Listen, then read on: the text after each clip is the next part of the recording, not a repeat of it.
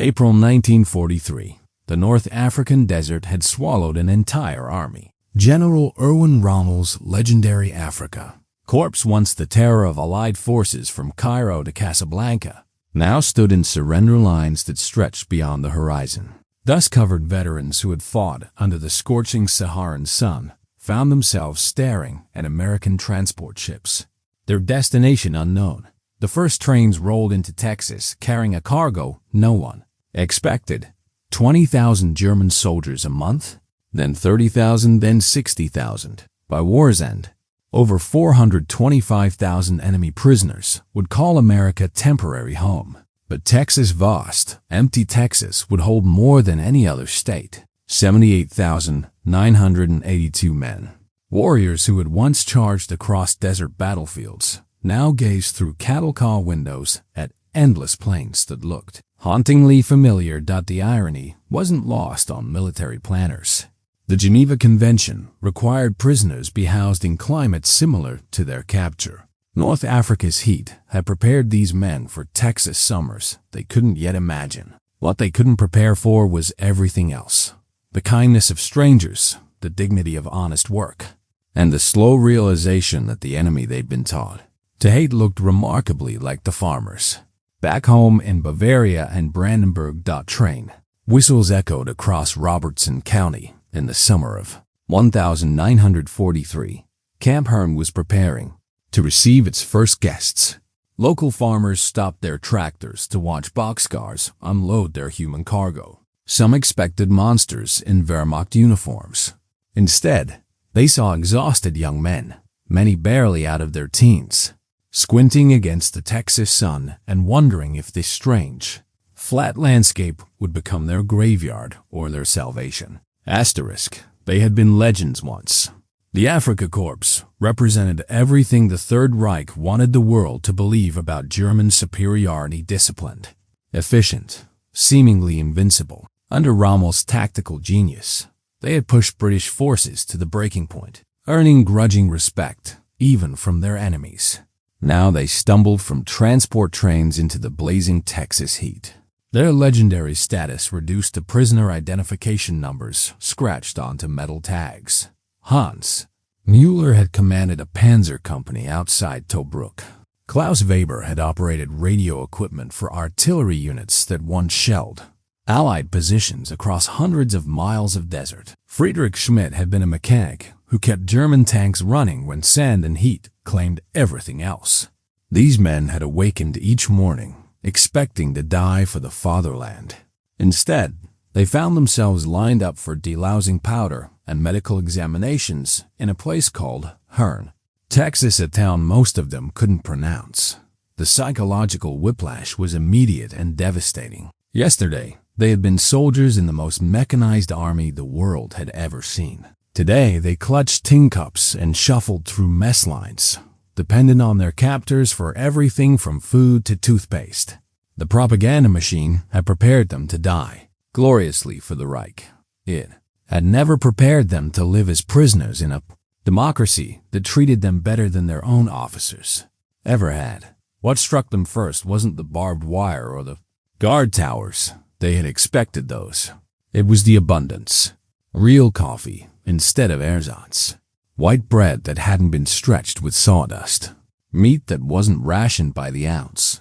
Many of these prisoners had been surviving on scraps since 1942, watching the Afrika Korps supply lines crumble under Allied bombing. Now they stood in American mess halls, staring at portions larger than anything they'd seen since leaving Germany. The cognitive dissonance cut deeper than homesickness. Everything they'd been taught about American weakness and decadence seemed to melt in the Texas heat. The guards weren't the brutal oppressors described in Wehrmacht briefings. They were farm boys from Kansas and factory workers from Detroit, many speaking broken German learned from their own immigrant grandparents.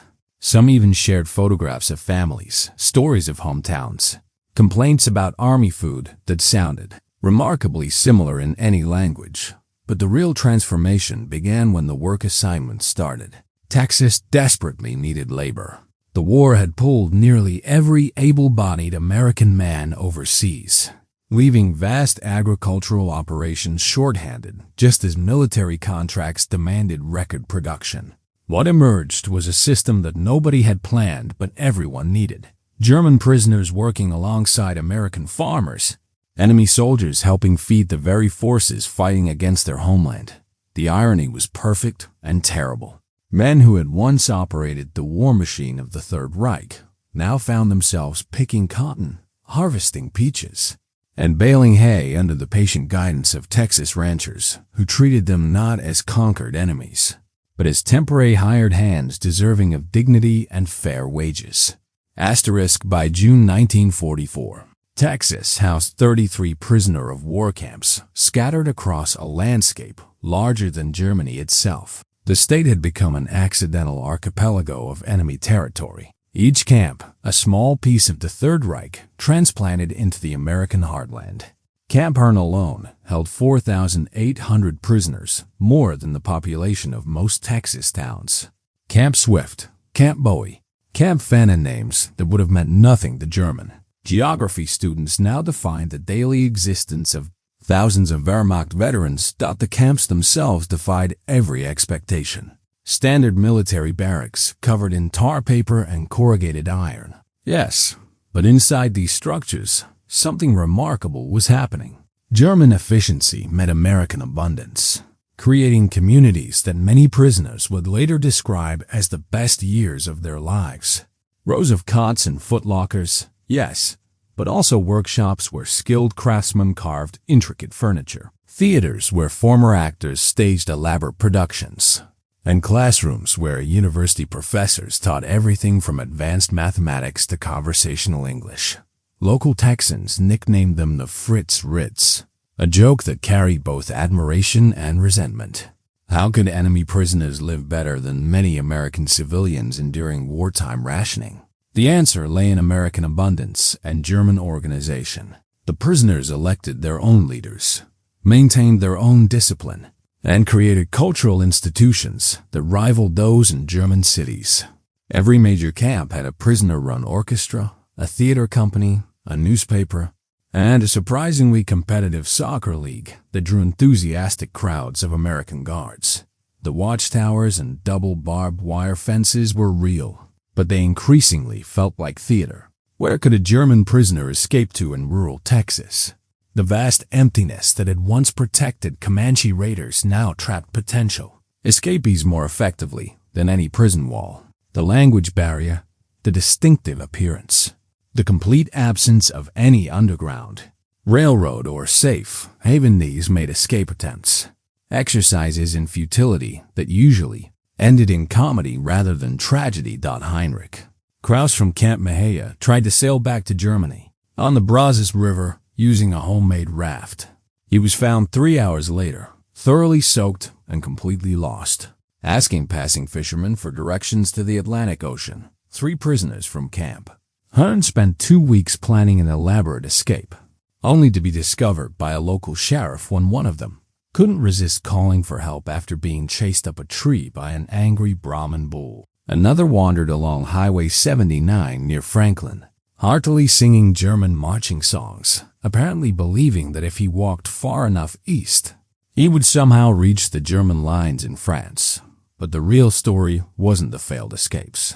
It was the daily choice thousands of prisoners made not to escape at all. They woke each morning at 5:45 a.m. reveille, not because guards forced them, but because they had work to do, classes to attend, friendships to maintain.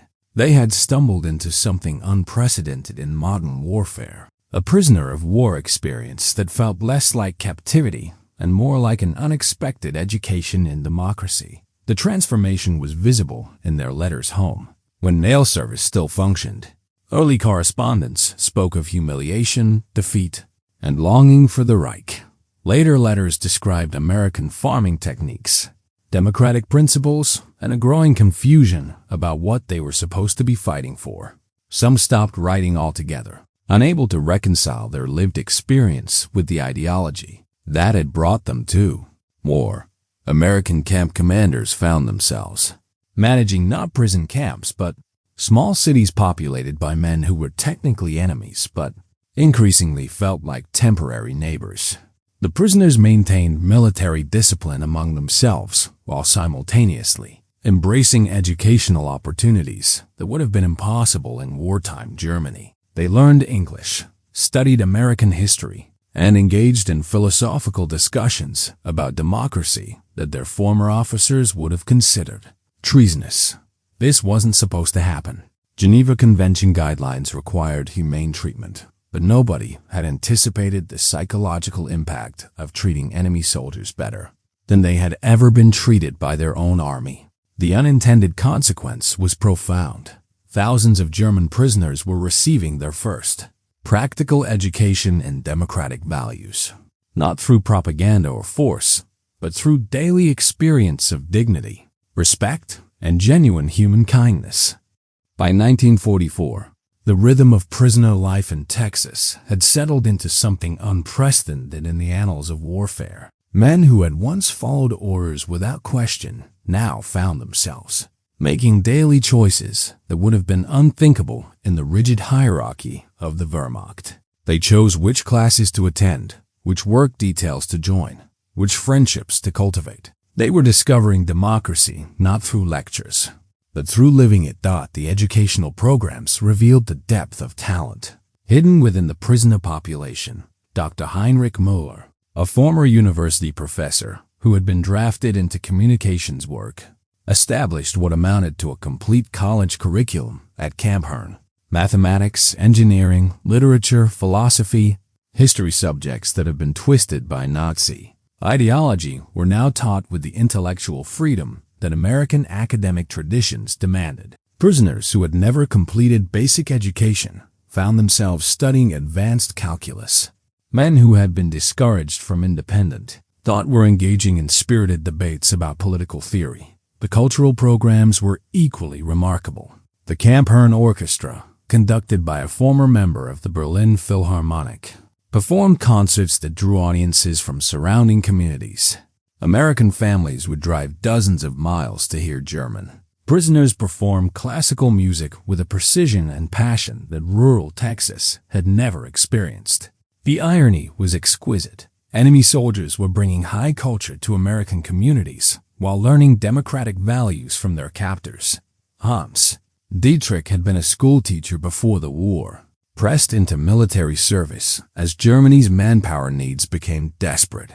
At Camp Swift, he found himself teaching English to fellow prisoners while simultaneously learning American history from his students' American guards who were completing their own education through correspondence courses.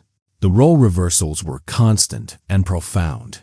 Men who had been taught to see Americans as culturally inferior were discovering intellectual traditions that dwarfed anything they'd experienced in Nazi Germany. Prisoner newspapers revealed the psychological transformation most clearly. Early editions focused on maintaining morale, preserving German traditions, and hoping for Reich victory. Later editions included articles about American farming techniques, analyses of democratic institutions, and increasingly critical examinations of the Nazi ideology that had brought them to war.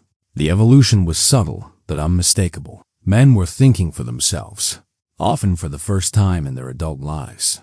But the transformation wasn't uniform or simple. Tensions existed within every camp between prisoners who embraced their new circumstances and those who remained loyal to Nazi ideology. Secret Nazi organizations operated in several camps, attempting to maintain discipline and prevent ideological contamination.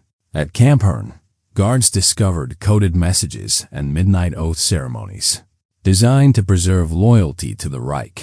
Some prisoners who expressed admiration for American democracy faced intimidation and violence from their own countrymen. The psychological complexity was profound. These men were simultaneously prisoners of war and voluntary participants in a cultural exchange that was changing them fundamentally. They missed their families desperately while acknowledging that their living conditions were better than anything they'd experienced in Germany. They remained loyal to their homeland while increasingly questioning the government that had led them into this war. They maintained their military discipline while embracing educational opportunities that encouraged independent thought. Werner Schmidt exemplified the contradiction.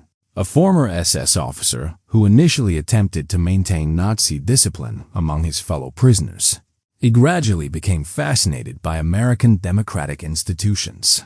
He began teaching classes about the American Constitution, while simultaneously struggling with the cognitive dissonance between his ideological training and his daily experience of democratic values. His letters home, when mail service still functioned, reflected a man undergoing a fundamental transformation of worldview. The work program accelerated these psychological changes. Prisoners who had been taught that manual labor was beneath the dignity of the master race found themselves taking pride in agricultural work that fed both American civilians and Allied soldiers. Men who had been indoctrinated to despise American materialism discovered that American abundance came from hard work, innovation, and cooperation rather than exploitation and conquest. The relationships with American farmers challenged every aspect of Nazi racial ideology. German prisoners worked alongside Mexican-American laborers, discovering that the racial hierarchies they'd been taught were meaningless in the context of practical cooperation. They worked for Jewish American farm owners, who treated them with more dignity than German officers had ever shown. They developed friendships with African American workers that shattered their preconceptions about racial superiority. Perhaps most significantly, they experienced religious freedom for the first time in years. Nazi Germany had attempted to subordinate Christianity to state ideology, creating a synthetic religion that served political rather than spiritual purposes. In Texas camps, prisoners could attend genuine religious services, engage in theological discussions, and practice their faith without political interference. Many rediscovered spiritual traditions that Nazi ideology had suppressed.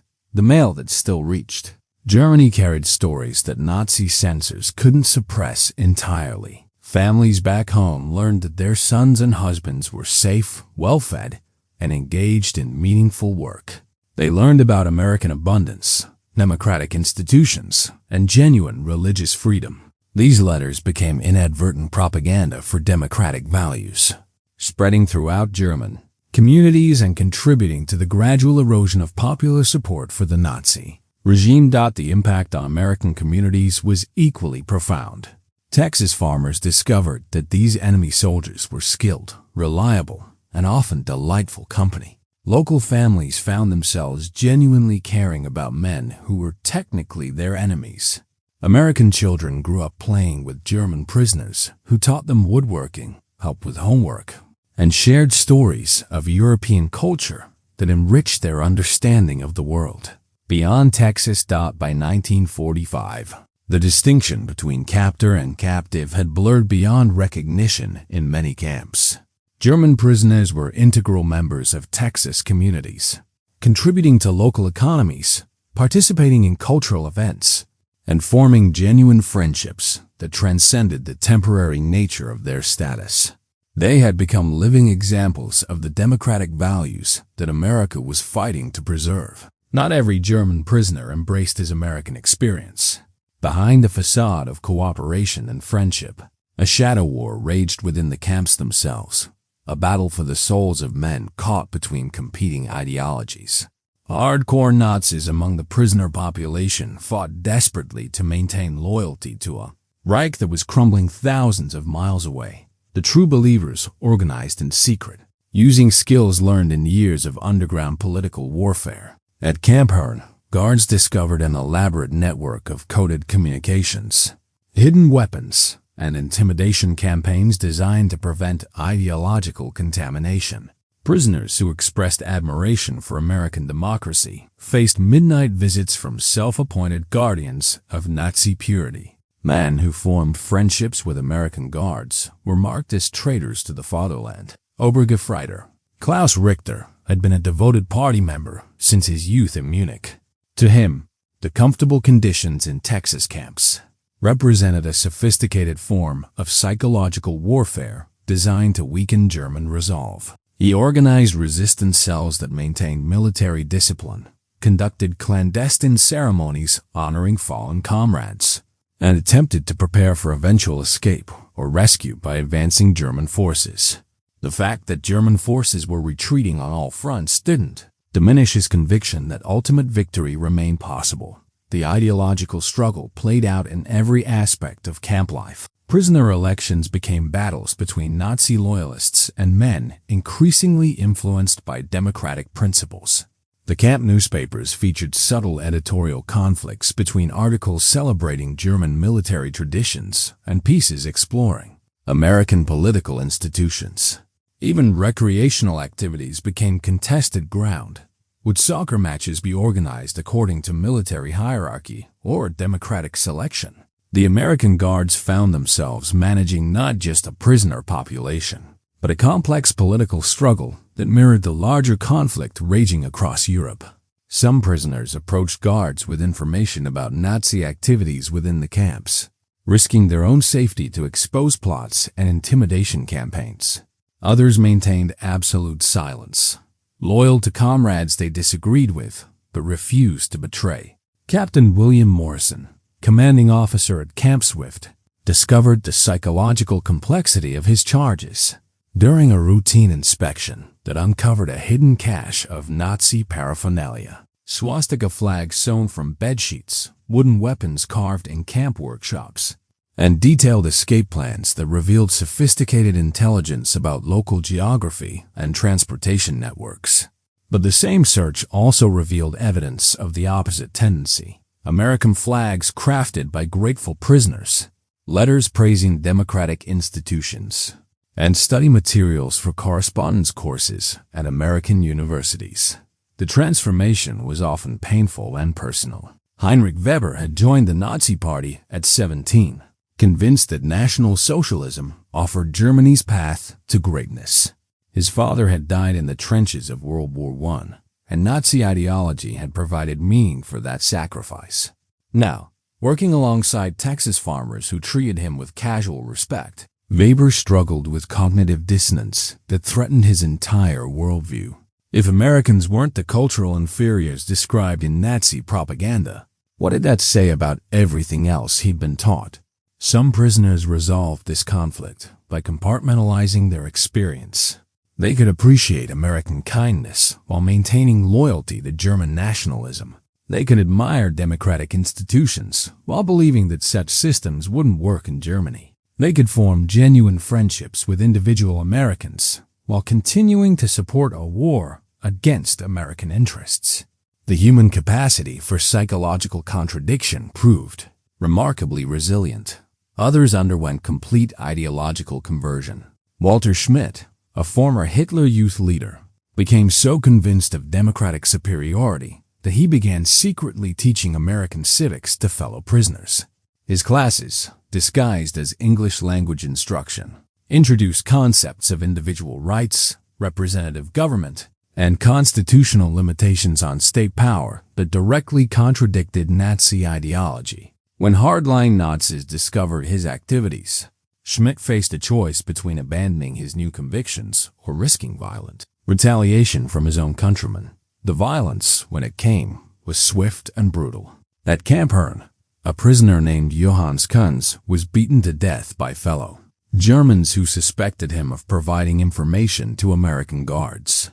The murder shocked both prisoners and guards, revealing the deadly serious nature of the ideological struggle within the camps. American authorities responded by segregating known Nazi leaders from the general population, but the damage was done. The illusion that these camps were benevolent communities had been shattered by the reality of political murder. The incident forced everyone to confront the limitations of the transformation taking place. German prisoners might learn democratic values, but they remained shaped by years of totalitarian indoctrination. American guards might develop genuine affection for their charges, but they were still managing men who had been trained to kill them. The relationships might be real, but they existed within the context of a war that demanded choosing sides. Yet even after the violence, the transformation continued. For every hardcore Nazi who resisted change, There were dozens of ordinary soldiers who found themselves genuinely appreciating the American way of life. For every act of intimidation, there were countless small gestures of friendship and respect that transcended political ideology. The propaganda war within the camps reflected the larger struggle for the future of Europe, but it also demonstrated the human capacity for growth, change, and reconciliation even under the most difficult circumstances. By early 1945, as news of German defeats reached the camps through official channels and smuggled letters, the balance was shifting decisively. Nazi loyalists found themselves increasingly isolated as fellow prisoners began to face the reality that the Reich they had served was approaching collapse. The question was no longer whether Germany would win the war, but what kind of Germany would emerge from the defeat. May 8, 1945, the radio crackled to life in the Camp Herne mess hall, carrying news that would shatter the last illusions of 4,800 German prisoners. Germany has surrendered unconditionally. The words echoed off concrete walls, met first by stunned silence, then by sounds no American guard had prepared for. Grown men weeping, others shouting in rage, some collapsing to their knees as if physically struck. Hans Müller, the former Panzer commander, stood frozen as the full implications crashed over him. Everything he had fought for, bled for, lost friends for, all of it had been for nothing. The 1,000-year Reich had lasted 12 years. The superior German military machine had been crushed by the democratic armies he'd been taught to despise. The fatherland that had sent him to die in North Africa no longer existed in any recognizable form, but the psychological devastation went deeper than military defeat. These men had been living in a bubble of relative prosperity while their homeland was being systematically destroyed. While they picked cotton in Texas sunshine, Berlin had been reduced to rubble. While they attended university classes and orchestra concerts, their families had endured bombing raids, starvation, and Soviet occupation. The guilt was as crushing as the grief. Werner Schmidt, who had taught constitutional law to fellow prisoners just days earlier, now faced the terrible irony of his situation. He had become an expert on American democratic institutions, while his own country was being carved up by foreign powers. He had learned to appreciate individual liberty, while his wife and children lived under Soviet occupation in East Prussia. The timing was cruel beyond measure. The news triggered different responses that revealed how profoundly the Texas experience had changed these men.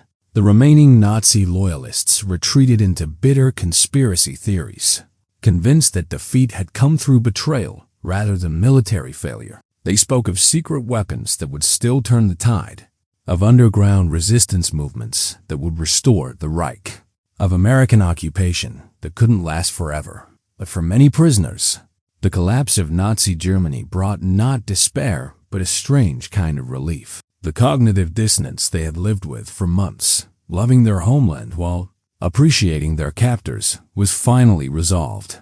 Germany's defeat meant they no longer had to choose between loyalty to the Reich and loyalty to the democratic values they had learned to respect. They could embrace both their German identity and their American experience without contradiction. The American guards watched this psychological collapse with mixture of sympathy and bewilderment. Many had developed genuine friendships with their prisoners, and seeing strong men reduced to emotional wreckage was profoundly disturbing. Captain Morrison found himself counseling men who had been enemy soldiers, but had become something closer to neighbors. The professional distance between captor and captive had long since dissolved into personal relationships that made this moment intensely painful for everyone involved. Klaus Weber, who had worked the peach orchards near Navasota, approached his American supervisor with a question that revealed the depth of his transformation. "What happens to us now?" he asked in carefully practiced English. "Can we stay? Can we help rebuild what we helped destroy?" The question contained layers of meaning that neither man could fully articulate: guilt about the war, gratitude for American treatment, fear of returning to a destroyed homeland, and hope for a future that transcended national boundaries. The practical questions were as complex as the emotional ones. Repatriation was required by international law, but many prisoners no longer had homes to return to. East Prussia was now Polish territory. The Sudetenland had been returned to Czechoslovakia. Millions of German civilians had been expelled from territories they'd inhabited for centuries. Some prisoners faced return to Soviet occupation zones, where their wartime service might be treated as war crimes, deserving decades in Siberian labor camps. American authorities faced unprecedented decisions. What do you do with enemy soldiers who no longer want to be enemies? How do you repatriate men to countries that no longer exist in their previous form? How do you send men back to face potential execution for serving in units now classified as criminal organizations? The legal framework existed for managing prisoners of war, but nobody had prepared for managing former enemies who had become informal ambassadors of democratic values. The irony was profound and painful. Just when these men had learned to appreciate American democracy, they were required to leave it. Just when they had formed genuine friendships with American families, international law demanded their separation. Just when they had developed skills and perspectives that could contribute to post-war reconstruction, they were being shipped away from the communities that had become their homes. Some prisoners requested permission to remain as agricultural workers, offering to renounce German citizenship and accept permanent American residency. American farming families petitioned immigration authorities to sponsor their former prisoners as permanent residents. Local communities organized farewell celebrations that felt more like family reunions than prisoner releases. But the larger political forces of post-war settlement couldn't accommodate individual relationships and personal transformations. These men would return to Europe not as the Nazi soldiers who had left, but as inadvertent ambassadors of democratic values who would carry American experiences into the reconstruction of German society. The departure trains began rolling in November 1945, carrying human cargo that bore little resemblance to the defeated soldiers who had arrived 2 years earlier. These men boarded ships in Galveston Harbor with American addresses in their pockets, English phrases on their tongues, and democratic ideals in their hearts. They were returning to a homeland that existed more in memory than reality, armed with experiences that would shape the rebuilding of German civilization. Hans Mueller clutched a letter from Jim Henderson, the Texas farmer who had taught him to pick cotton. "You'll always have a place here," Henderson had written. "When you get your family situation sorted out, come back. Texas needs good men like you." Similar letters filled the pockets of thousands of departing prisoners, invitations that transcended nationality, promises that outlasted war, friendships that refused to acknowledge political boundaries. The repatriation process was as complex as the men themselves had become.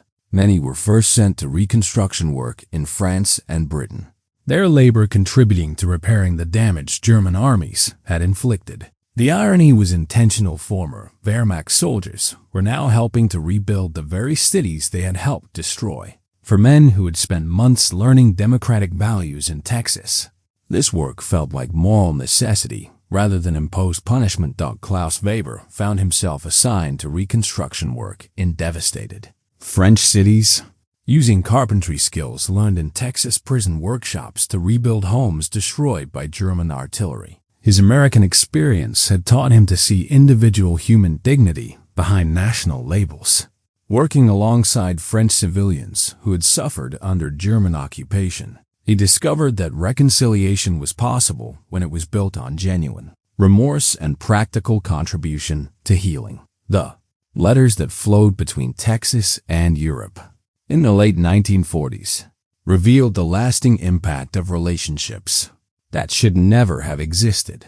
American farming families shared news of harvests and weather with men who had helped bring in those crops as prisoners of war. German former prisoners sent photographs of their reunited families, updates on reconstruction efforts, and expressions of gratitude that transcended language barriers. Walter Schmidt, the former SS officer who had undergone the most dramatic ideological transformation, wrote extensively to Captain Morrison about his efforts to promote democratic values in the American occupation zone of Germany. everything I learned in Texas about individual dignity and constitutional government. He wrote, I am now trying to teach to German young people who have never experienced such concepts. You gave me more than freedom. You gave me a political education that I am passing to the next generation. Some prisoners managed to return to Texas permanently. Heinrich Weber, who had worked on a ranch near Brady, was sponsored by his former employer and became an American citizen in 1953. His integration into Texas society was seamless. He had been preparing for it unknowingly during his years as a prisoner. His children grew up bilingual, carrying both German cultural heritage and American democratic values into the next generation. The impact on German Reconstruction was subtle but significant. Thousands of former prisoners returned with practical experience of democratic institutions, religious freedom, and cultural tolerance. They had seen democracy work not as abstract political theory, but as daily reality in Texas communities. Many became teachers, local officials, and community leaders who brought American insights to the rebuilding of German civil society. Maria Gonzalez, whose family farm had employed several German prisoners, received Christmas cards from former prisoners for decades. The cards came from rebuilt German cities, from American suburbs where former prisoners had settled permanently, and from unexpected places where global economics had carried men whose lives had been forever changed by their Texas experience. Each card was a reminder that the human connections formed during wartime had proved more durable than the political forces that had created them. The reunion movement began in the 1960s as both Americans and Germans reached an age where wartime experiences seemed more historically significant than politically threatening. Former prisoners organized trips back to Texas, bringing wives and children to meet the American families who had shown them kindness during the darkest period of their lives.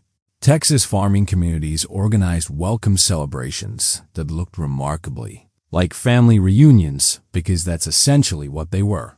Otto Brenner returned to Camp Hearn in 1967, now a successful businessman in Hamburg who spoke fluent English and maintained American business partnerships. Standing in the empty fields where prison barracks had once housed thousands of German soldiers, he told newspaper reporters that his Texas experience had taught him more about democracy than any political science textbook ever could. I learned that democracy isn't just a form of government, he said. It's a way of treating people with dignity regardless of their circumstances.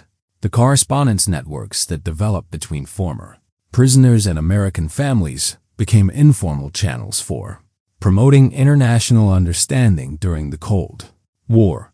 German businessmen who had learned English in Texas prison camps became translators and cultural interpreters for American companies expanding into European markets. American farmers who had employed German prisoners became informal ambassadors for democratic values when they traveled to Europe. These relationships had transformed both sides. American communities had discovered that their enemies were remarkably similar to themselves. German prisoners had learned that democracy produced not weakness but strength, not chaos but prosperity. The exchange had created thousands of individual bridges across the cultural and political divisions that had led to war. Today, the camps are gone. Plowed fields cover the barracks where 78,000 German soldiers once lived, worked, and learned democracy by accident. Camp Hearn is a small municipal airport.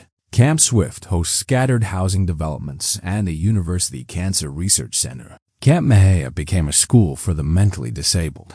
The physical evidence has been erased by time and progress, but the human legacy endures in ways that nobody could have anticipated. The children and grandchildren of both American farmers and German prisoners carry forward a story that defies easy categorization. It wasn't supposed to happen this way. Enemy soldiers weren't supposed to become beloved members of farming communities.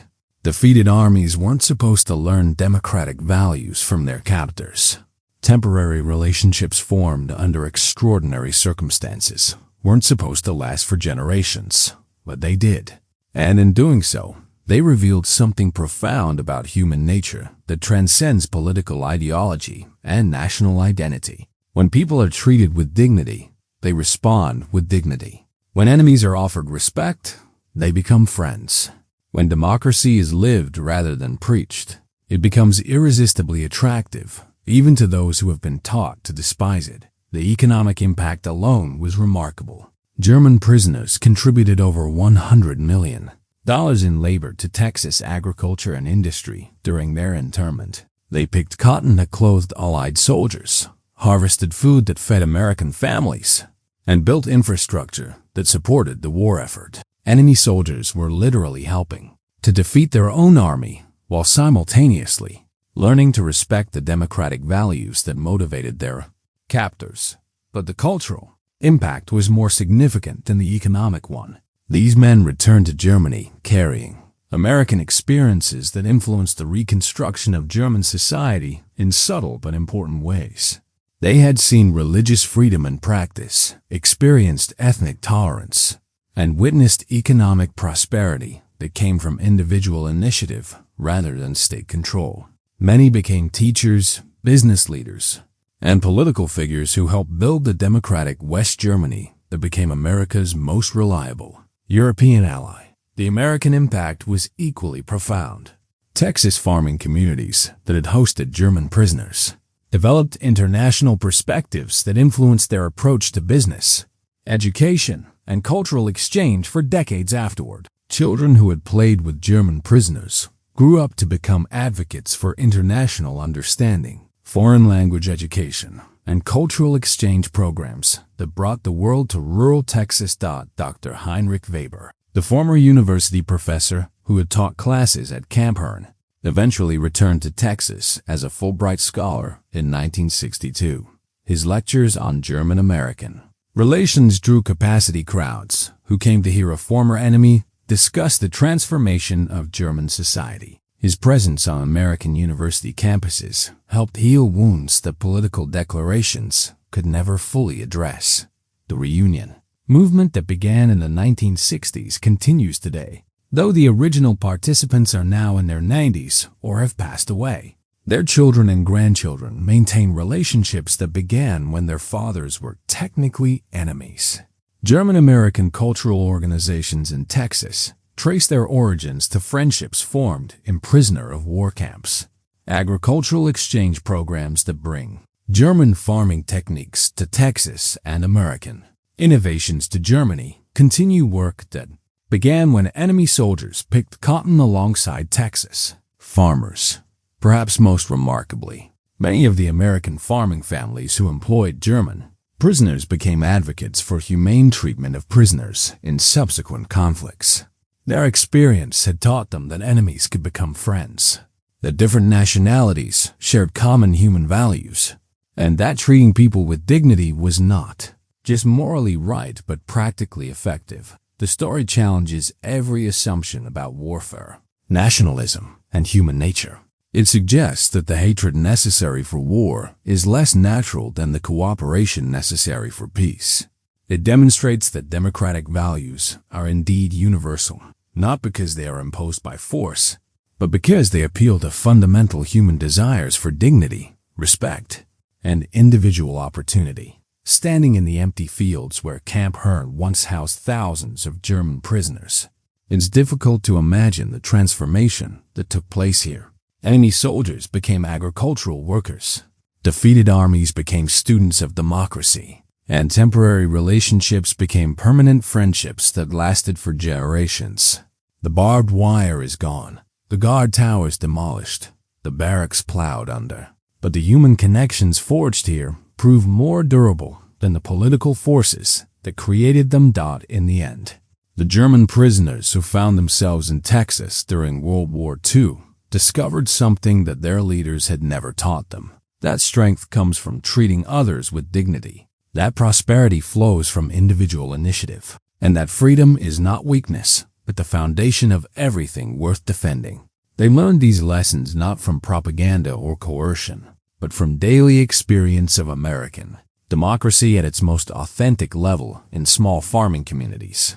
where people were judged not by their nationality, but by their character and their willingness to work. Asterisk.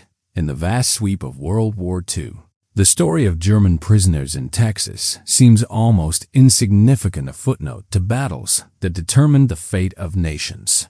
But perhaps that's where its true meaning lies. History is shaped not just by the grand strategies of generals and politicians, but by thousands of individual human encounters that reveal our common humanity. Sometimes the most profound victories are won not on battlefields, but in cotton fields where enemies learn to see each other as neighbors, and where democracy proves its power not through conquest, but through the simple act of treating people with dignity.